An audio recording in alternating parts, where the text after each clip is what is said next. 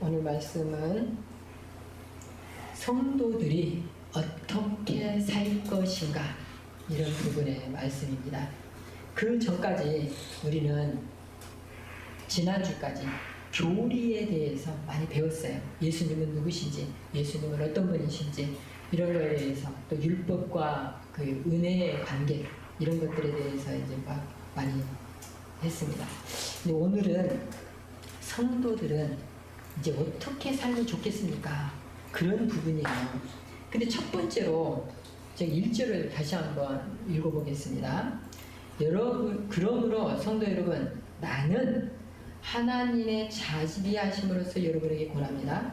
여러분의 몸을 하나님이 기뻐하시는 거룩한 살아있는 제물로 드리십시오. 이것이야말로 여러분이 마땅히 드려야 할 영적인 예배입니다. 이렇게 돼 있단 말이에요.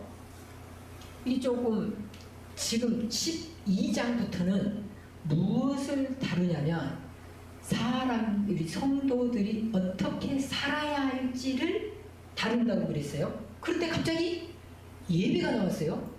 그러니까 여러분들 생각에 예배를 잘 드리라고 하나 보다 이렇게 이제 생각하실 수가 있어요.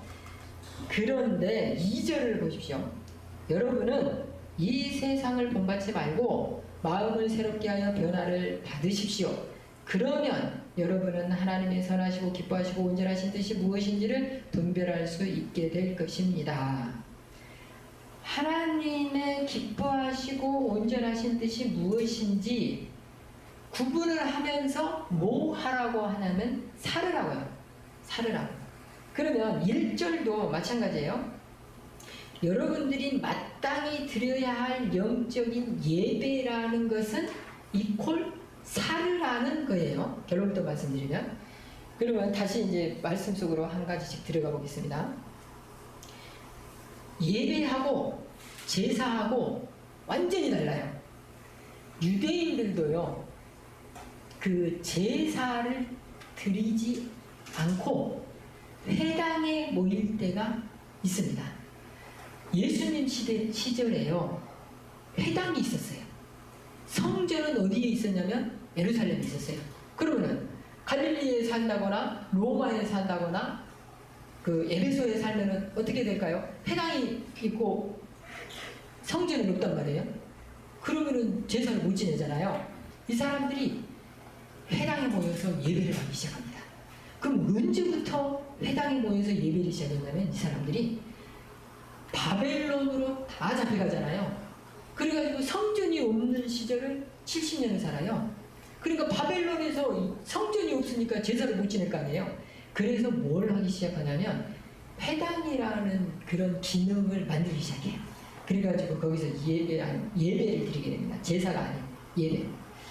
예배에서는 제사에서 반드시 필요한 뭐가 없어도 돼요. 제사에서는 반드시 뭐가 있어야 제사가 돼요. 뭘까요? 두 글자. 성찬. 나요. 죽어야 되는 애가 있어요. 죽어야 되는 애. 재물? 재물이죠. 재물이 있어야 제사가 되는 거예요. 재물이 없이는 제사가 될 수가 없어요. 누군가가 대신 죽어야 되는데. 그런데 여기서 한번 1절을 다시 한번 보시기 바랍니다. 여러분의 몸을 하나님을 기쁘시게 하는 거룩한 살아있는 제물로 드리십시오. 그런데 이 제물을 드릴 때는 어디서 드리냐면은 제사에서 쓰는 거예요. 그런데 그 바로 밑에 줄은 이것이야말로 여러분이 마땅히 드려야 할 영적인 예배입니다. 이렇게 돼 있어요. 그러니까 제사하고 예배는 확실히 다른 건데 이거 헷갈리기 시작한 거예요. 그래가지고 이거 이제 한국계 목사님들이 이제 뭐 몇십 년 전에, 아주 오래전에 이걸 가르칠 때는 진짜로 이게 그 여러분들을 제물로, 여러분 자신이 제물인 거야. 아주 예배 시간에 가서 제물로 드리는 건데 막 행동들을 막 하잖아요. 그러면 난리가 나는 거예요. 물론 예배를 정신 똑바로 차리고 드려야 돼요. 그런데 진짜 그 뭐 한 50년 전에 있는 목사님이 한국교회에 와서 이제 예배, 우리 초지교회도 마찬가지인데 와서 예배 드리는 거 보면은 막 노발대발 할 거예요. 이거를 이제 제사라고 생각을 하는 거예요. 예배를. 전혀 아니에요. 제사하고 예배는 완전히 다른 거예요. 우리가 하는 거는 뭐냐면 예배. 제사를 하는 게 아니에요. 제사를 드리게 되면은 뭐가 되냐면은 예수님이 필요가 없어요.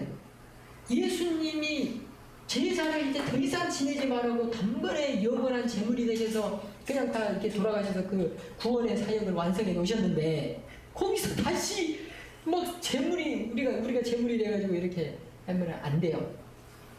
이 말씀은 다시 한번 강조하지만 생활 어떻게 살 것인가에 대한 말씀이라고 드렸잖아요. 그러면은 거룩하게 살아있는 제물이라는 것은 어떤 속성을 가지고 있냐면 제물의 속성은 끌고 오면 끌고 와야 돼요. 그러니까 양을 주인이 야 너 성전 가서 너 죽어야 되니까 가자 이렇게 성전을 데리고 가면 양이 안 가요 주인이 이런 양이 있어요? 그런 양 없어요. 주인이 끌고 가면 가는 거지 뭐 양이 뭐 나는 갈 수가 없어요. 나는 거부합니다. 이러면 안 돼요. 그러니까 이 양은 지가 죽으러 가는지 살러 가는지 밥 먹으러 가는지 그런 거 구분 안 해요. 주인이 가자 그러면 가는 거예요. 이게 제물의 속성이에요. 순종, 절대적인 순종. 주인이 시키면 시킨 대로 하는 그런 순종의 자세가 있는 거예요. 근데 거기다가 거룩한 게 들어있고 거기다가 살아있는 게 들어있는 거예요. 죽어있는 제물이 아니고 살아있는데 거룩하게 살아있는 거예요. 우리가 그런 심정으로 그런 속성을 가지고 살아야 돼요. 하나님 앞에 거룩하게 살아야 되는 속성을 가지고 있는 사람인데 막 대충 산다거나 그러면 안 되겠죠. 그렇게 사는 모습이 예배예요. 여기서 이 공간에서 예배 드리고 이제 예배 나 다 드렸다 이러면 이제 안 돼요. 이건 예배가 안 돼요.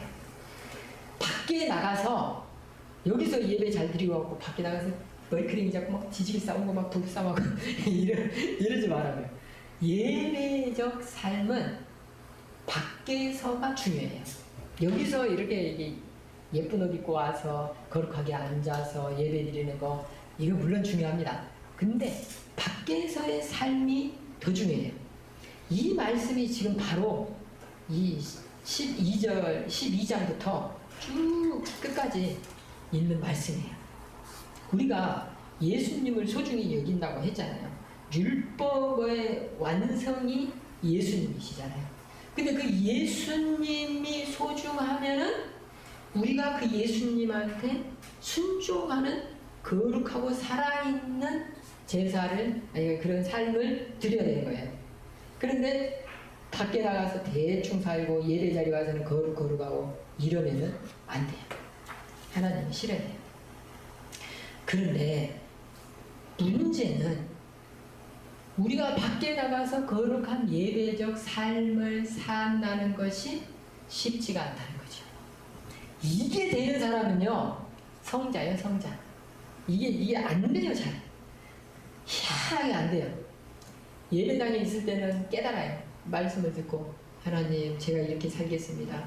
그리고 이 시절을 분별하여서 하나님이 기뻐하시는 뜻, 온전하신 뜻이 무엇인지 제가 분별하도록 하겠습니다. 꼭 그렇게 살아보도록 하겠습니다. 하는데 밖에 나가는 순간 주차장에서 내 차를 가로막는 다른 차가 있으면 성질이 빠득빠득 나가지고 주차장에서부터 싸우고 나가요. 그게 우리예요. 그리고 이제 차 타고 서부동까지 가는데 초지동 벗어나는 중에 어떤 차가 기분 나쁘게 했어요. 깜빡이도 안 켜고 확 들어왔어요. 성질을 막 내면서 막 쌍욕을 내가면서 막 저 따로 운전할 거면 운전해야지 말고 이러는 게 우리의 모습이에요.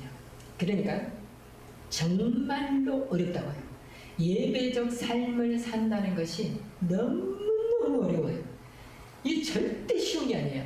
이걸 뭐 그까이 뭐 살면 되는 거 아니에요? 아니요. 정말로 어려워요. 더군다나 우리의 생각을 이게 똑바른 쪽으로 하나님이 기뻐하시고 온전하신 뜻이 무엇인지 분별하는 쪽으로 이걸 생각을 이렇게 전환한다는 게 너무너무 어려워요. 정말로 어려워요. 우리가 바늘로 이 허벅지를 찔러가면서 참는다는 그런 표현을 쓰잖아요. 그거보다 더 어려운 것 같아요. 하여튼 어렵습니다. 그러면 우리가 이런 신앙 고백적 삶을 살려면 어떻게 해야 되겠어요? 우리의 힘으로는 죽었다 깨어나도 안 돼요. 이거 성령님의 의지, 성령님의 인도하심으로 가능한 일이지 우리가 이걸 우리 손으로 해보겠다, 이건 안 됩니다. 그래서 우리는 성령님을 의지할 수밖에 없고 말씀을 의지할 수밖에 없는 거죠. 자, 그 다음에 3절부터는 무슨 말씀이냐면 성도의 삶인데, 첫 번째 성도의 삶은 예배적 삶이라고 돼 있어요. 두 번째 성도의 삶은 어떠해야 되냐면 섬김이에요. 3절부터 있는 말씀이 뭐냐면 어떻게 섬길 것인가 라는 말씀이에요. 그러면 3절을 제가 한번 읽어보겠습니다. 하나님께서 나에게 주신 은혜를 힘입어 여러분 한 사람 한 사람에게 말씀드리겠습니다. 여러분은 여러분 자신에 대하여 마땅히 생각해야 할 것 외에 다른 것을 생각하지 마십시오. 여러분은 하나님께서 각자에게 주신 믿음의 분량대로 냉철한 판단을 가지고 자신에 대하여 생각하십시오. 이렇게 돼 있어요. 이게 무슨 말씀이냐면 그 믿음의 분량대로가 좀 어려운 표현인데 그 이전에 마땅히 생각할 것 외에는 생각하지 말라는 게 무슨 말씀이냐면은 그 뒤쪽에는 막 여러 가지 은사들이 나오잖아요. 그 은사들에 맞는 생각을 해야 되는 거예요. 이게 무슨 말씀이냐면은 우리 교회는 여러 가지 은사들이 있고 거기에 맞춰서 봉사를 합니다. 밥을 잘하는 사람이 있으면 밥을 해요. 식당에서 이렇게. 그래서 성도님들 점심을 대접해드리고, 또 어떤 사람은 운전을 잘해요. 하고 운전을 이렇게 있다가 하고 막 이래요. 그런데 어떤 사람이 자기는 운전을 잘해서 운전에 대해서 섬기는데 식당에 왔는데 밥을 먹는데 그날따라 반찬이 맛이 없는 거예요. 근데 이 운전하는 사람이 와가지고 반찬이 있다고 이러면 안 된다고요. 자기가 맡은 분야에서 자기의 섬김을 잘 섬기면 돼요. 그런데 남이 하는 거 그 섬김의 분야가 다 다른데 교사한테 가가지고 교사를 그따위 식으로 하고 이렇게 하고 또 식당 가갖고 뭐 반찬이 이딴 식으로 하고 이러면 안 된다고요. 자기에게 맞는 그 분량이 있으면 그 분량대로 살면 돼요. 그런데 희한하게 나 가가지고 오지랖 몇 개 가가지고 막 이렇게 하는 사람들이 있어요. 그러면 말씀에 이 기록이 없다 하더라도 사람들이 어떻게 생각하냐면 기분이 나쁘죠. 열심히 아침부터 일어나고 일주일 내내 한 달 내내 내가 식당 갖고 해가지고 내가 뭘 할까 고민해가지고 마음에 부담을 갖고 내가 하지도 못하는데 뭐 남들보다 조금 더 잘해가지고 여기 와서 이렇게 하는데 엄청 부담이 있어. 근데 누가 거기다가 그 부담에다가 꼬치가리 하나 딱 찌그리는 거죠. 그러면 그냥 내가 다시는 내가 봉사하나 봐라 이렇게 되는 거예요. 그러니까 교회에서 봉사를 할 때 이렇게 좀 칭찬도 하고 좀 자기 성에 안 차더라도 뭐 그렇게 해야 되는 거죠. 예를 들어서 우리가 이 영상 장비들 이렇게 하고 막 한단 말이에요. 그러면 기계가 우리 마음대로 움직입니까? 기계가 어느 날 기계가 지가 꺼져버릴 수도 있고 지가 뭐 마음에 안 들면 어떻게 될 수도 있는 거예요. 그 인간의 손으로 어떻게 할 수가 없는 영역이 있어요. 그런데 이제 그 참 수고해서 아침부터 막 와가지고 수고하고 막 일주일 내내 고민해하고 이건 어떻게 하면 더 잘할까 이러는 건 안 보이고 한 번 실수니까 와가지고 그냥 그따구로 할 거면 하지 말는 식으로 한다는 듯 막 이러면은 그 사람의 수고가 뭐가 됩니까? 우리가요 마땅히 생각해야 할 분량들이 다 있는데 그거라도 잘하면 좋겠어요. 나 옆에 가가지고 뭐 너는 왜 그딴 식으로 하냐고 이런 식으로 하면요 안 돼요. 진짜 교회에서요 한두 명 가끔 한두 명이 그런 사람이 있어요. 그런 사람은 진짜 교회에서 그러면 안 되는데 은근 땀에 나가게 됩니다. 교회에서 절대 땀이 있으면 안 되는데 자기가 그렇게 막 그 들쑤시고 다니는 분들이 가끔 있습니다. 아주 참 안타깝죠. 그러면 안 되는 거예요. 지금 이 말씀이 뭐냐면은 섬김의 분량이 있는데 그것을 여기 성경에서는 뭐라고 표현했냐면 은사 그리고 선물이라고 표현되어 있습니다. 5절을 가겠습니다. 5절에는 뭐라고 되어 있냐면은 우리도 여럿이지만 그리스도 안에서 한 몸을 이루었고 한 사람 한 사람이 서로에 대해 지체로서 연결되어 있습니다. 이게 지체예요. 그러니까 우리가 이제 요즘은 눈을 보면서 난 눈 마음에 안 들어. 난 수술할래. 지금은 수술을 할 수도 있어요. 예전에는 수술이라는 개념이 없었잖아요. 태어나면 태어난 대로 그냥 사는 거였잖아요. 요즘은 의술이 하도 좋아져가지고 이런 것도 막 고치고 그러는데, 교회 내에서 어떤 성도가 마음에 안 든다고? 야, 너는 다음부터 교회 나오지 마. 그러면 자기 손가락 마음에 안 든다고 손가락 자르면 안 되잖아요. 자기 발 마음에 안 든다고 막 발 자르고 뭐 그러면 안 돼요. 귀 막 마음에 안 든다고 자르고. 그 완전 사이코패스, 아니다. 사이코패스는 또 자기를 그렇게 소중히 여긴대요. 그게 뭐 이상한 일이 되는 거예요. 그러면 안 돼요. 자기 건데 왜 다 잘라서 막 그렇게 하면 안 되죠. 이 교회 내에서는 여러 사람이 있습니다. 여러 사람이 있는 그 사람들을 내 지체예요. 이게 내 몸이야. 쉽게 말하면 내 몸인데, 야, 너 마음에 안 드니까 너는 따 시키게. 이렇게도 안 되고, 너는 교회 나오지 마. 너 마음에 안 들어. 이럴 수가 안 돼요. 교회에서는 다 받아줘야 돼. 다 받아줘.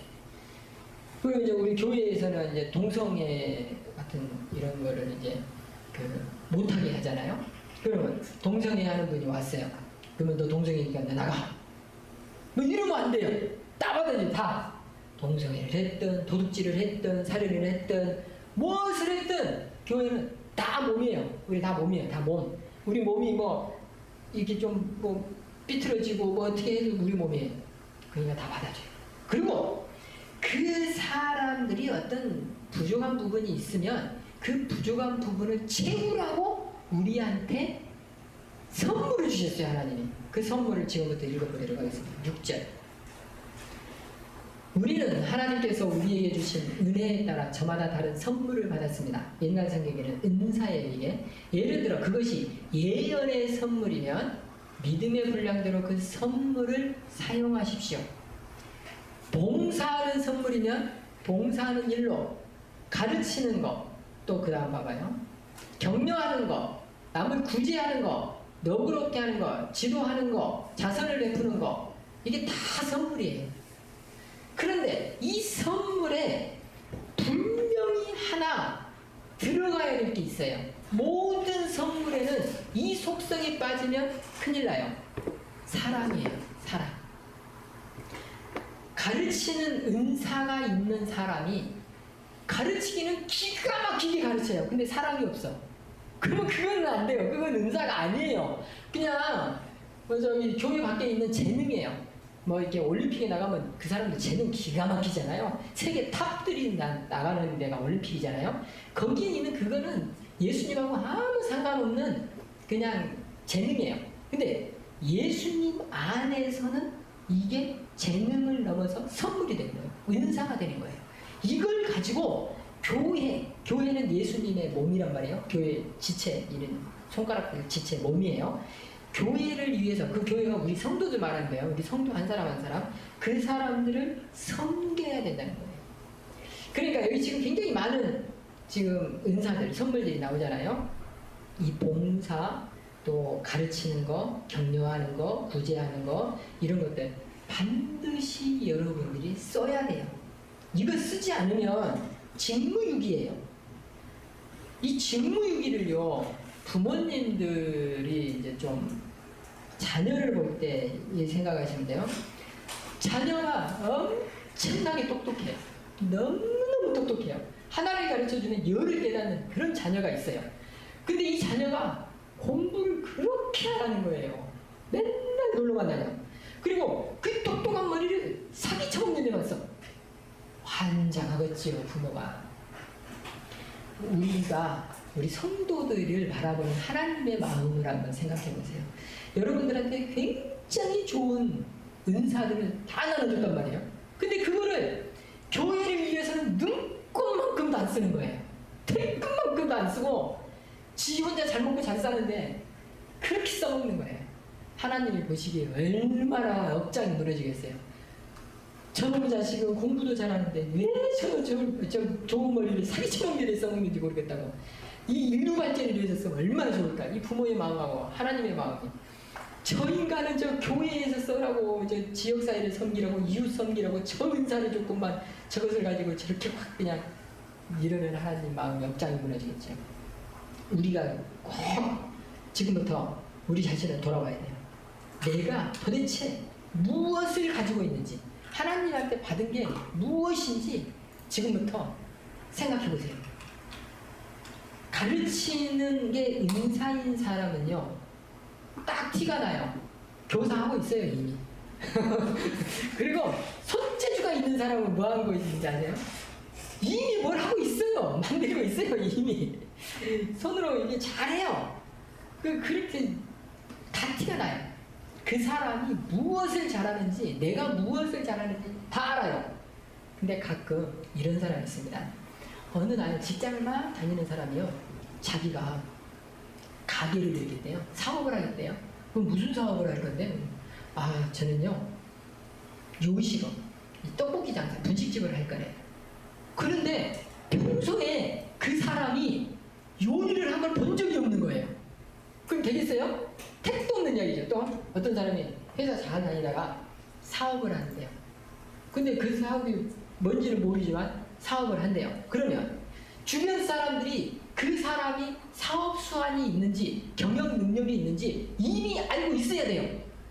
근데 아무도 몰라. 저 사람이 사업 수완이 있는지 없는지 아무도 몰라. 그럼 사업하면 되겠어요? 은사라는 것은 있잖아요. 선물이라는 것은 티가 이미 나요.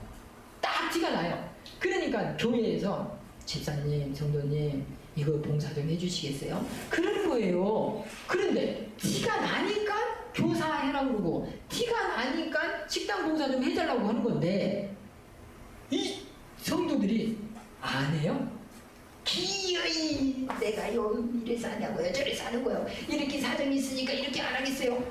뭐 몸을 비비고 와가면서 뭐 안 한다고 막. 여러분 한번 생각해 보세요. 휘성이 보고 차량 봉사 좀 해주세요, 이런 사람 있어요? 딱 봐도 이성이는 차량 봉사를 못하게 돼 있어요. 1살짜리 애가 뭔 차량 봉사예요.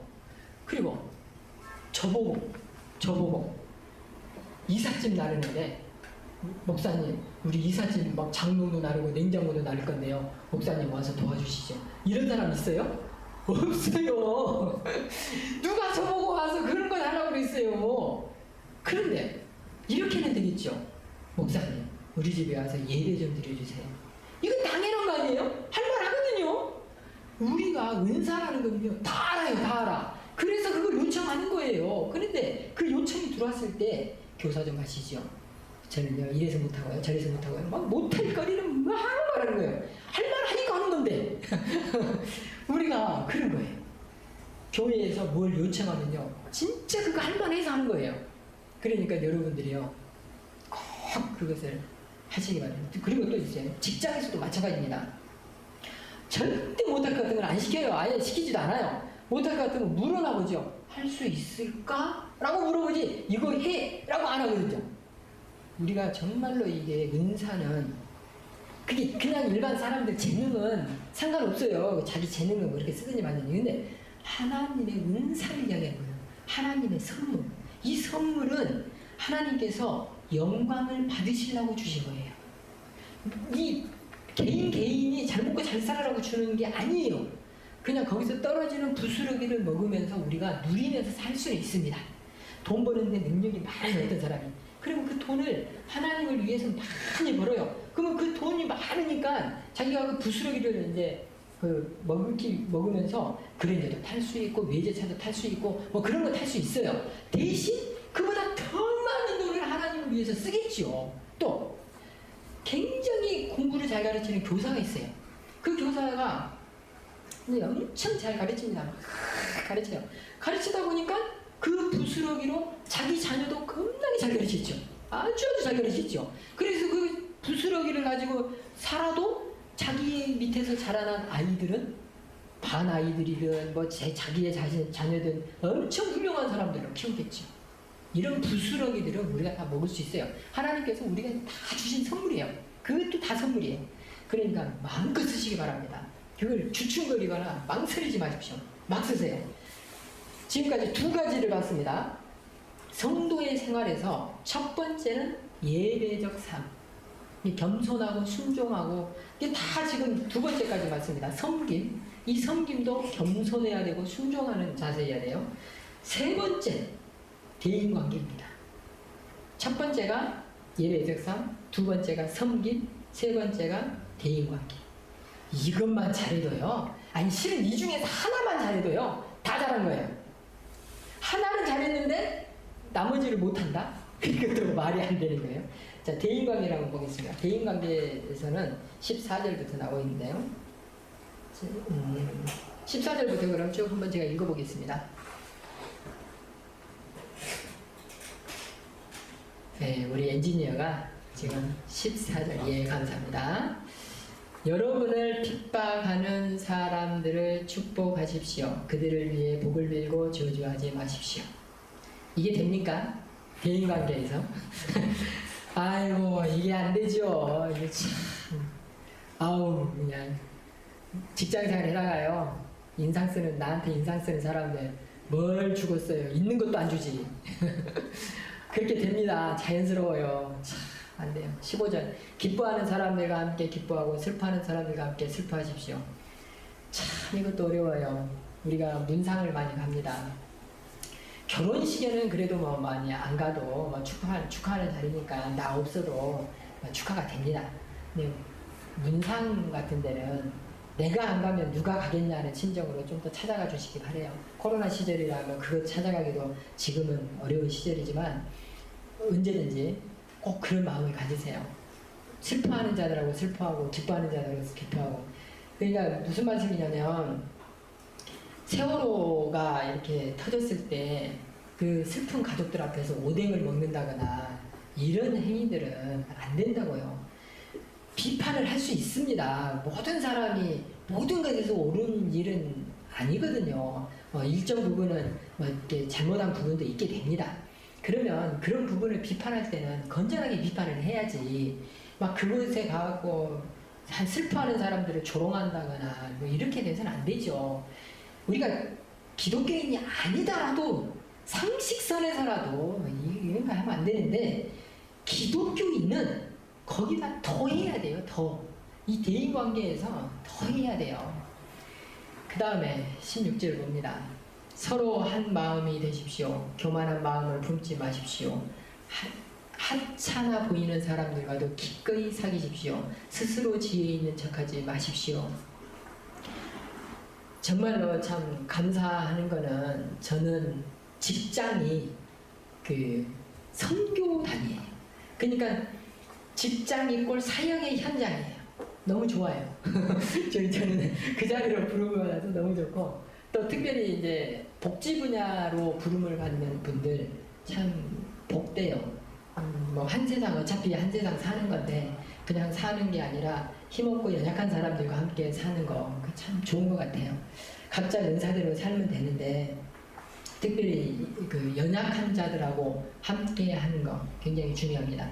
그런데 어떤 사람을 전도를 이렇게 하려고 할 때 여러분들 잘 분별해야 돼요. 장애인이 있었는데 이 장애인을 어떤 교회에 이렇게 그 좀 가까웠거든요. 이걸 좀 추천을 했어요. 그 교회에 다니게 좀 해주세요. 이랬더니 우리는요 뭐 어떻게 해서요 다닐 수가 없을 거예요. 이렇게 하는 교회 있잖아요. 절대 그 교회 가면 안 돼요. 장애인, 노인, 또 가난한 사람들을 안 받는 교회 있잖아요. 99.9% 나쁜 집단이에요. 이단이 아니더라도 대부분은 이단인데 이단이 아니더라도 나쁜 집단이에요. 그런 걸 일주일 전에 들었어요. 제가 어떤 분이 장애가 있는데 그 교회가 가까워서 추천을 했더니 못 받게 해요. 그 교회에 어떤 직분자였어요. 그때 오지 말아요. 이거 굉장히 위험한 거예요. 이러면 안 돼요. 교회가 연약한 자들하고 같이 하지 않으면 어떻게 해요? 지금 말도 안 되는 일이 벌어지고 있어요. 그거 절대 그러면 안 돼요. 이게 1대1의 대인관계도 이렇게 중요한데 교회가 그래버린다. 진짜 나쁜 짓이죠. 이거 혼나야 돼요. 그런데 진짜 압권이 있습니다. 여기서 성경에서 18절에 여러분 쪽에서 할 수 있는 일이라면 모든 사람과 더불어 화평하게 지내십시오. 19절. 사랑하는 여러분, 여러분이 직접 원수를 갚지 말고 하나님의 진노에 맡기십시오. 성경에 이렇게 기록되어 있습니다. 주께서 말씀하시기를 원수 갚는 것이 나에게 있으니, 하나님에게 있으니 하나님께서 직접 갚을 것이다. 원수, 진짜 이거 어렵습니다. 원수도 아니고 직장에서 마음에 안 드는 사람 있잖아요. 그 사람도 꼴보기 싫은데 원수예요. 지금 다른 사람이 원수예요. 그 원수를 내가 갚으면 안 돼요. 기도해요. 여러분들 있잖아요. 다 잃어버려요. 마음에 안 들고 나를 괴롭히는 사람들 있잖아요. 하나님 앞에 다 잃어버려요. 이게 기도하라는 말씀이에요. 기도로 다 하나님 앞에 일러요. 그리고 나는 그 사람하고 화평하려고 노력해야 돼요. 굉장히 중요한 겁니다. 그래서 내가 그 사람을 해코지하고 내가 그 사람을 막 어떻게 하고 그러면 안 돼요. 말씀에서 어떻게 가르쳤는지 아세요? 20절을 보겠습니다. 원수에 대한 이야기예요. 원수에 대한 것만 대처를 잘해도 일반 사람은 다 되는 거예요. 원수가 먹을 것이 없어 굶고 있으면 먹을 것을 주고, 이 주겠어요. 나도 진짜 이게 안 되거든요. 목말라 하는데 마실 것을 줘요? 택도 없는 이야기죠. 안 주셔. 꼴보기 싫어 죽겠는데. 그렇게 하는 것은 그의 머리 위에 숯불을 쌓는 것이기 때문입니다. 이게 뭔 말씀인지 저는 이해가 안 가죠. 머리에 숯불을 쌓는다는 것을, 이게 잠언에서 제가 그때 설교를 안 했던 것 같아요. 그쵸? 이거 처음 듣죠? 머리에 숯불을 쌓는 게 잠언에 나오는 말씀인데 그때 뛰어넘었던 것 같아요. 여러분이 동네에 지금 조선시대를 살아가는 거예요. 고려시대 이런 시대예요. 동네에 원수가 있어요. 근데 그 원수가 나하고 둘이만 원수가 라는 걸 아는 게 아니라 동네 사람들이 다 알아요. 저 성춘향이하고 나하고는 원수야. 원수. 동네 사람이 싹 아는 사실이에요. 그런데 어느 날 원수가 우리 집 앞에 딱 와 있는 거예요. 아침에 백바람부터 눈 부비고 일어나서 딱 가보니까 원수가 딱 말도 못하고 이렇게 딱 서 있는 거예요. 근데 머리 위에 무엇을 갖고 있냐면 양동이를 갖고 있는 거예요. 그게 뭐냐면은 불이 꺼진 거예요. 자기 집에 불이. 숯불이 꺼졌으니까 밥을 먹을 수가 없어요. 그 이제 식구들 이제 아침밥 먹여서 일터로 보내야 되는데 밥을 먹여야 되는데, 그러니까 그 숯을 얻기 위해서 양동이를 갖고 온 거예요. 그런데 아침 대바람도 와 있다는 것은 한번 생각해봐요. 우리 집이 첫 번째 집이었겠어요? 원수인데 어떻게 된 것일까요? 마지막 집이죠.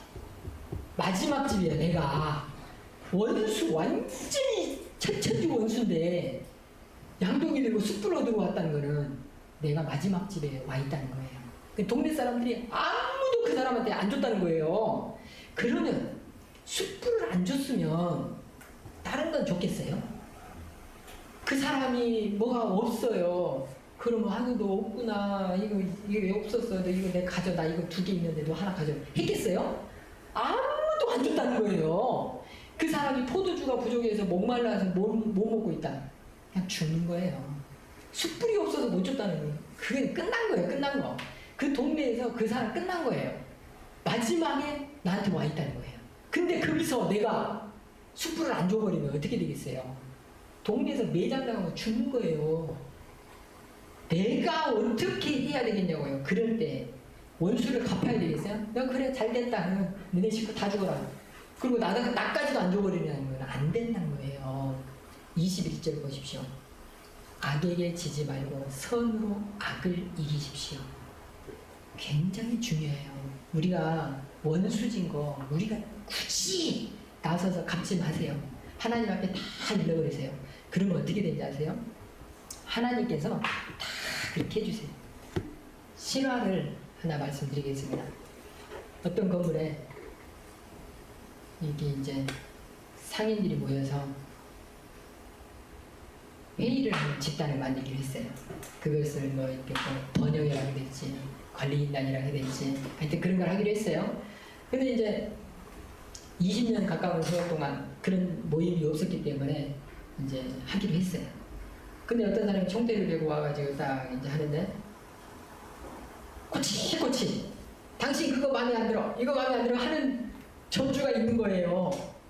그러니까 이 사람이 이제 총 때리고 나와서 이제 힘들고 어려운 거 막 이렇게 막 서류 꾸미고 해갖고 했는데 하기 싫지요. 막 욕먹고 나 좋자고 하는 거 아니고 우리 공동체 전체가 좋자고 하는 일인데 어떤 점주가 막 꼬치꼬치 하니까 이제 이 사람이 이제 처음엔 참다가 계속 태클 거니까 나 안 해.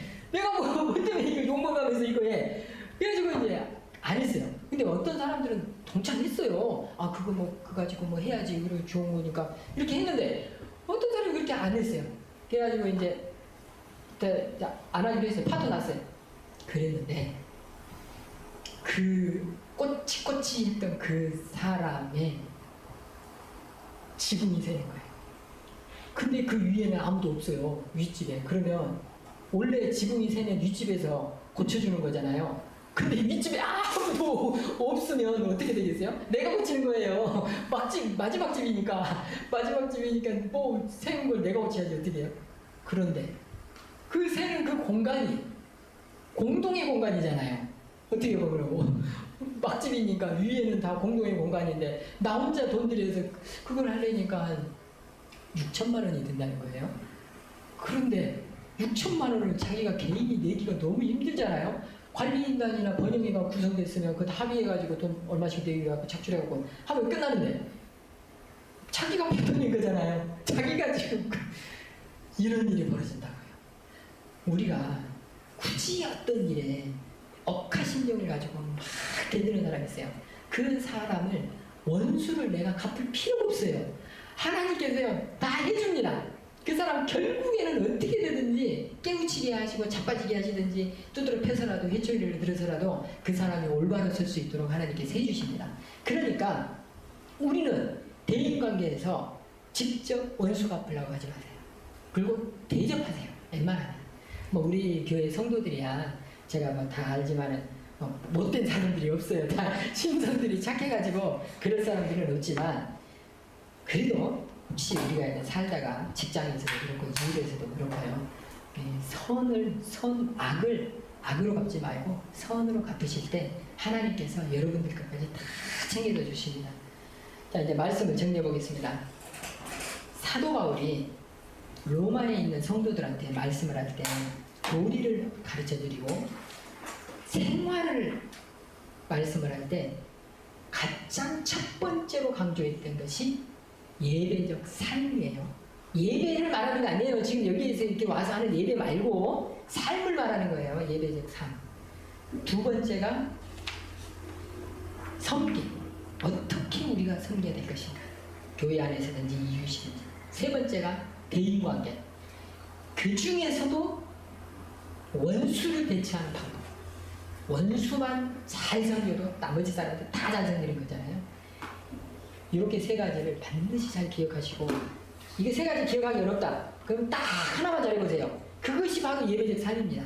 이 중에 하나만 잘하시기 바랍니다. 엄청나게 어려운 것이지만 감히 여러분들에게 권면드리고 또 저도 여기서 다짐을 하고 그러도록 하겠습니다. 같이 기도하겠습니다.